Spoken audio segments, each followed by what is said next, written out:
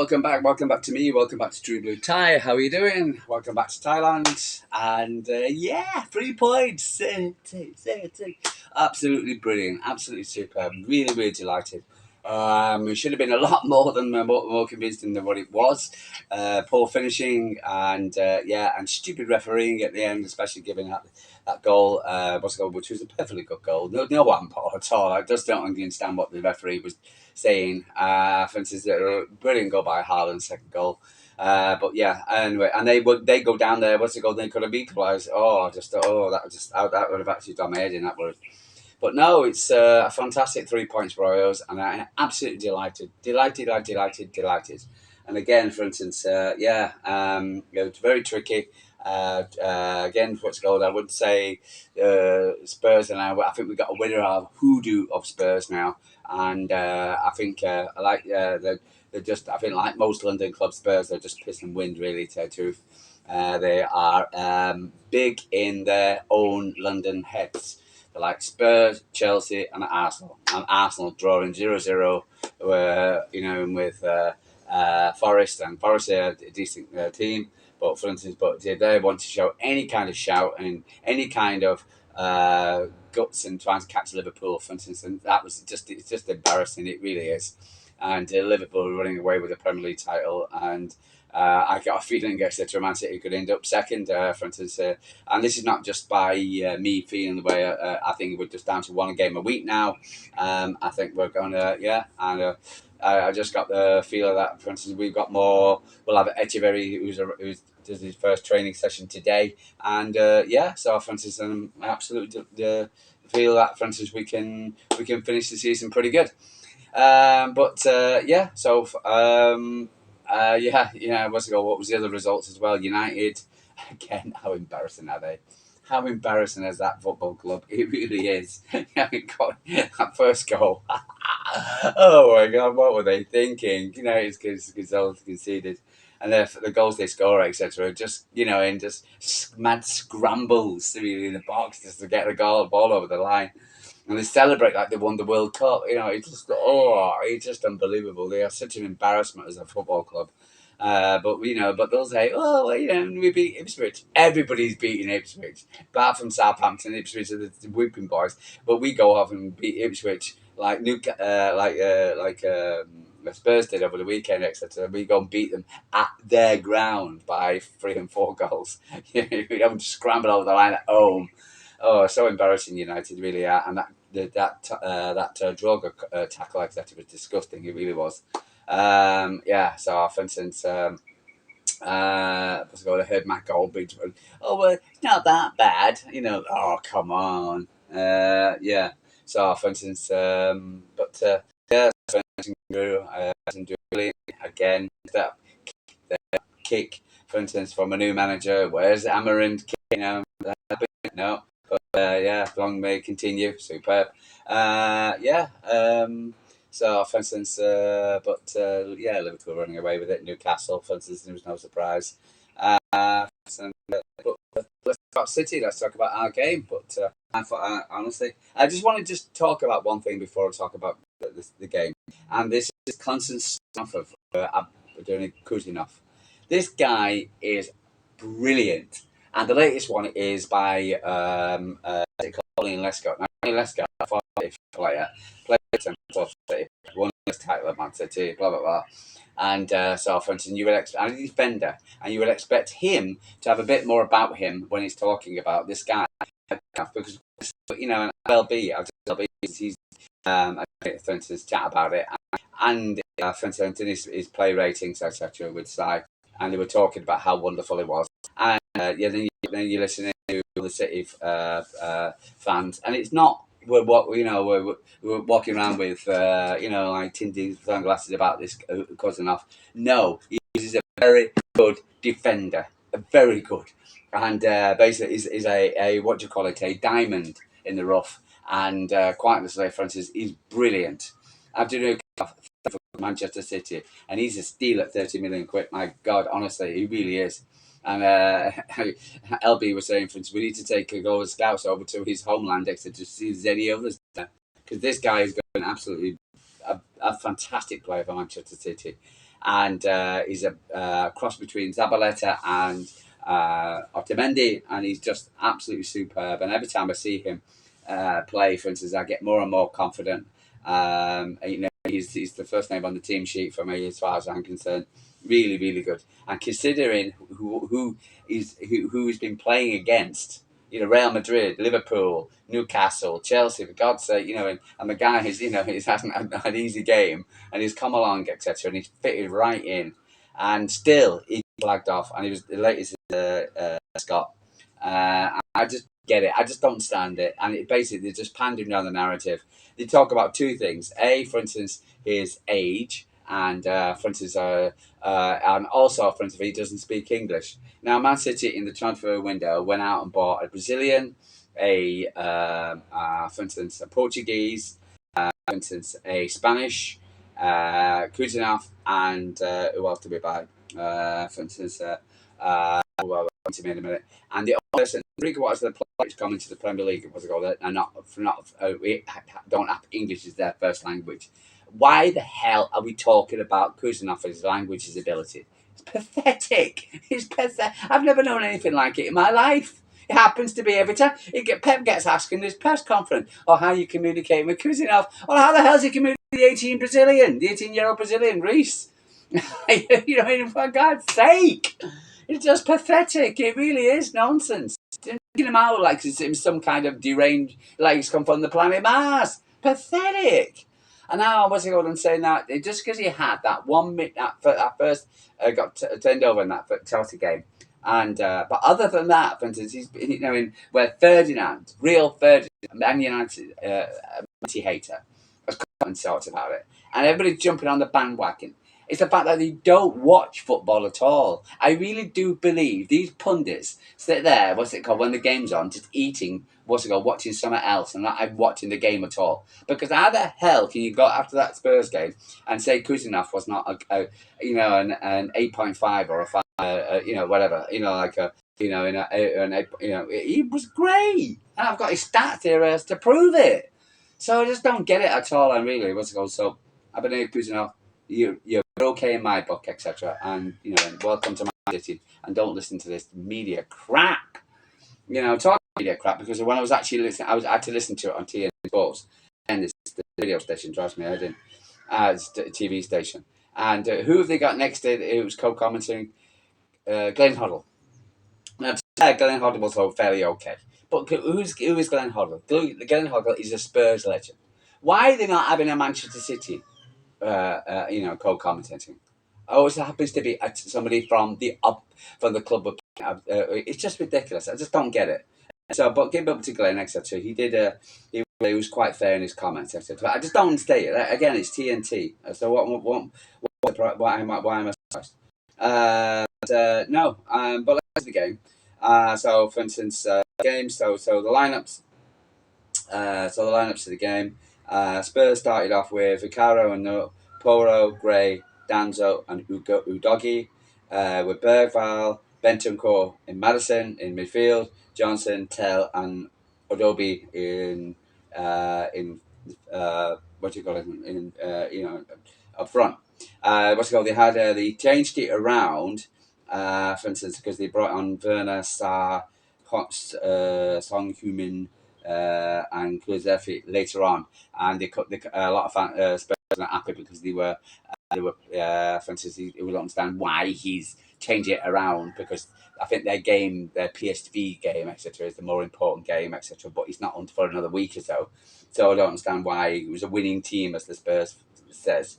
But again, I was actually listening to ESPN, and he was saying, "Well, what have they won?" Neda Manua, from us, who also backs Man City, and he said, "Well, who have they beaten? United, Ipswich, for instance. They're on a run of 3 games unbeaten, etc. But who have they beaten?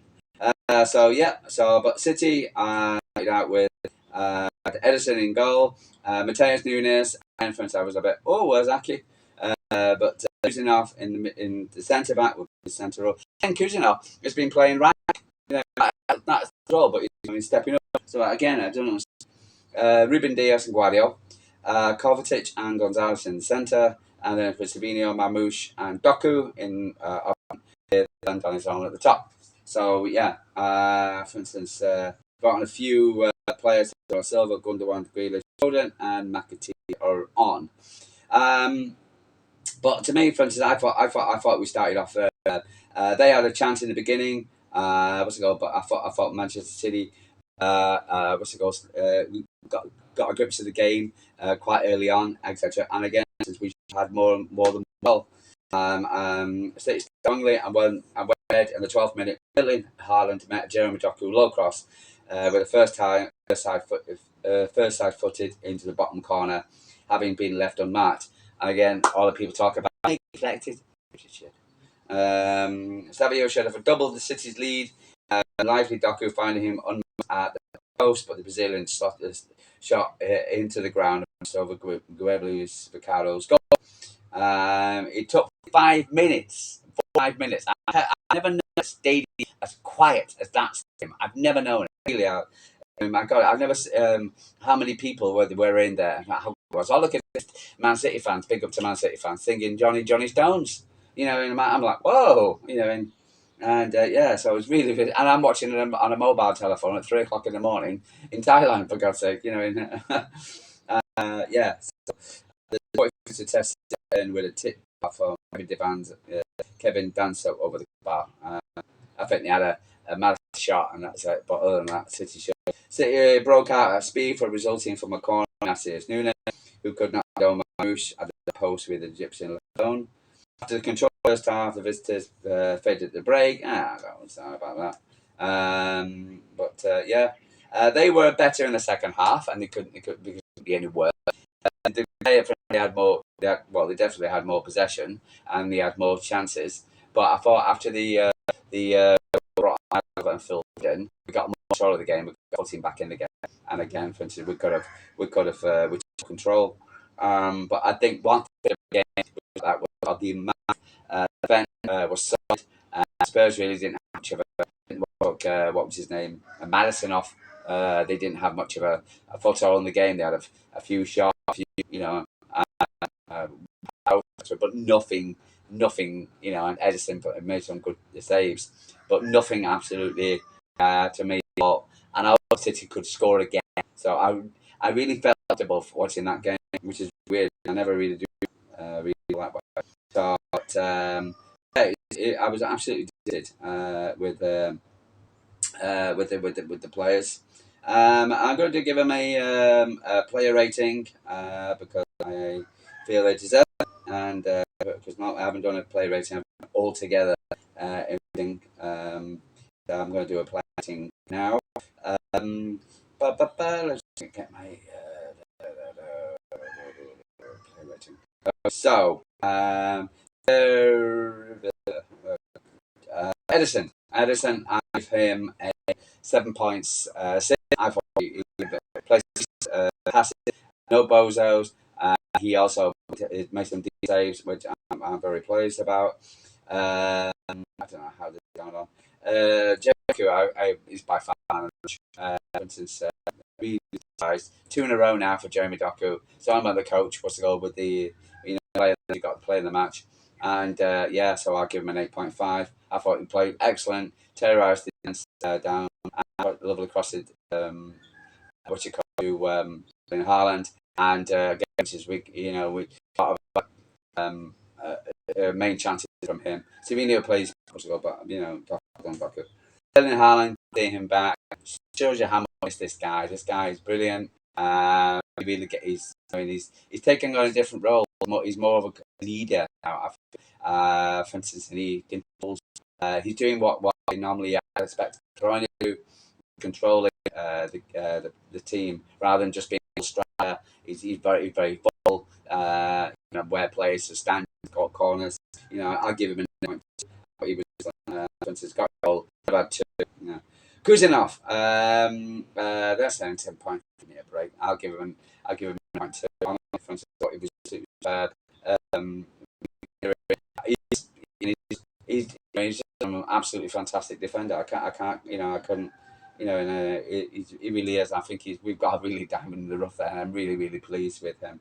Guardiola, there was reports that, for instance, came off after getting needed treatment after the Liverpool game. He went that way to us, the treatment room, the treatment guy.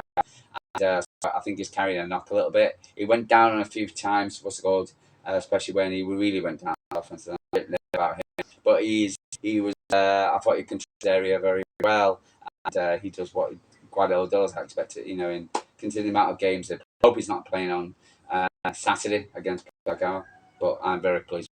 7.5 for me. Ruben Diaz, another 7.5. I thought he was again, for example, I think he's getting outshined by Khusanov. But again, he was solid in defence, and for instance, not bad Ruben Diaz. Well, normally Ruben Diaz, but for instance, I have a issues. He never got to left behind anybody. So yeah, Nicolas Gonzalez again, another solid 0.2. Not as effective. I thought. What was him? The Kovacic was had a better game than him. With saying that, though, for instance, he seems they always say, for instance, if you don't notice that player, for instance, how well he's doing. So, for instance, so I didn't. I came off, etc. He looked tired when he came off. Savinio, for instance, where does he take? He's finished. He's chanting the ball. As soon as the ball, he wants to just run, and it's so wonderful to watch. I love Savinio. Give him a 7.6 for him. Kovacic again. I thought a solid performance. People talk about him at the end of the season. No chance for me. I think even if Rodri and Alice in the midfield, I think actually can come on and play that, etc. For instance, and excellent. I thought he was quiet. I'm giving him 2. I've done more with his place. No surprise he got taken off. Matheus Nunes was getting cut by LB's stat. I don't understand. I thought he played very well. I thought very effective. To me, it was an 8.2. I thought he was very effective. His way he was. He can cross the ball, take corners. For instance, he gets stuck in. And yes, he makes bozo moments. He's a defender. But for instance, he had a really good game. Phil Foden, Neymar, etc. With Bernardo, that midfielder, for instance, got the fuck on the ball, etc. Which didn't do too much, etc. But I'll give them both a 7 for the effort. But reclaiming the initiative after losing it again. So I'll give them both a 7. But often absolutely delighted from City, and for instance, and the players play, and it's we go to Plymouth Argyle next, so absolutely delighted with the players and the win, and in a week really, for instance, really can get the season strongly. Hopefully we'll go through. I expect we don't go against Plymouth. Hopefully we're getting a full draw. But again, with whoever we're going to get, I think we'll be favourite. So really, really delighted. Absolutely delighted. Well done, sis. Coming away to just getting the point. We're really in a tough period at the moment. We've got Forest next. That's not going to be an easy. But we have them at home 3-0. But we'll see how it goes. But hopefully the players will get a bit of rest. Erlin will get a rest, and everybody get nice and go for this game. I understand why they're criticising Khusanov. I don't understand that. Forward to actually so that's going to go. Hope to see him against Plymouth for 5 minutes. I hope it's Bob, but what happens? But other than that, happy days. Sun shining. I can see the blue sky. Happy days. Happy blue. Come on.